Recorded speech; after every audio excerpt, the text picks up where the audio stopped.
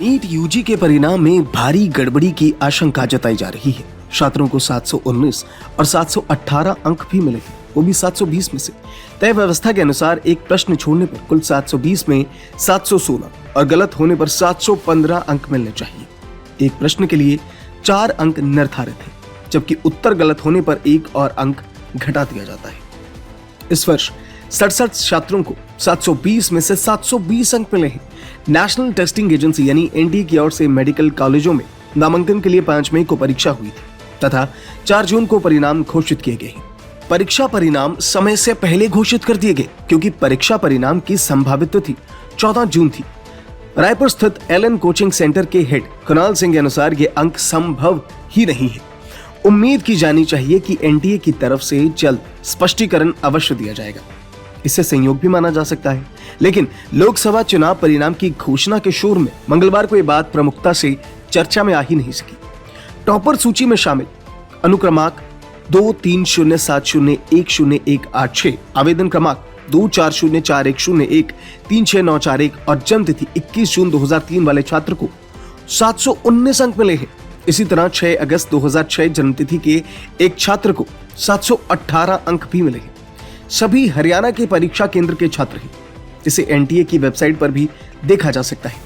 NEET अभ्यर्थियों, coaching सेंटरों, शिक्षकों और मेडिकल कॉलेज के छात्रों में मंगलवार से ही ये चर्चा तूल पकड़ रही है। गुड़ियारी निवासी किशोर सहारिया के अनुसार उनके बेटे ने भी परीक्षा दी है और परिणाम आने के बाद सदमे में है। उन्होंने आशंका जताई कि गड़बड़ियों के कारण ही कट ऑफ बहुत ऊपर जा रहा है। एक ही केंद्र के 8 छात्रों का टॉपर सूची में शामिल होना संदेह भरा है। वहीं नेशनल टेस्टिंग एजेंसी ने 4 जून को नीट यूजी परीक्षा के नतीजे जारी कर दिए। इस परीक्षा में 24 लाख स्टूडेंट्स बैठे थे। इस एग्जाम में मुंबई की अमीना ने 720 स्कोर हासिल किया है, लेकिन अमीना की कहानी दूसरों से अलग है। मुंबई की अमीना कादीवाल बताती हैं कि उन्होंने 12वीं कक्षा पूरी करने के बाद अपनी नीट यूजी की तैयारी शुरू कर दी थी। अमीना ये भी कहती हैं कि परीक्षा देने के बारे में वो निश्चित ही नहीं थी और अगर नीट यूजी 2024 में वो पास नहीं करती तो फिर किसी ग्रेजुएट कॉलेज में एडमिशन लेती। इस बार देश और बिहार के मेडिकल कॉलेजों में बेहतर अंक प्राप्त करने के बाद भी दाखिला मुश्किल है। नीट रिजल्ट का कट ऑफ काफी ऊपर गया है। नतीजतन सरकारी मेडिकल कॉलेजों में 650 अंक लाकर भी दाखिला होगा या नहीं, ये कह पाना बहुत मुश्किल है। विपक्ष ने भी नीट के इस रिजल्ट पर अब सवाल उठाना शुरू कर दिए हैं। कांग्रेस ने इस नीट के रिजल्ट को लेकर सवाल उठाते हुए सरकार पर हमला बोला है। उसने कहा है कि नीट परीक्षा के बाद अब नीट का रिजल्ट भी विवादों में है।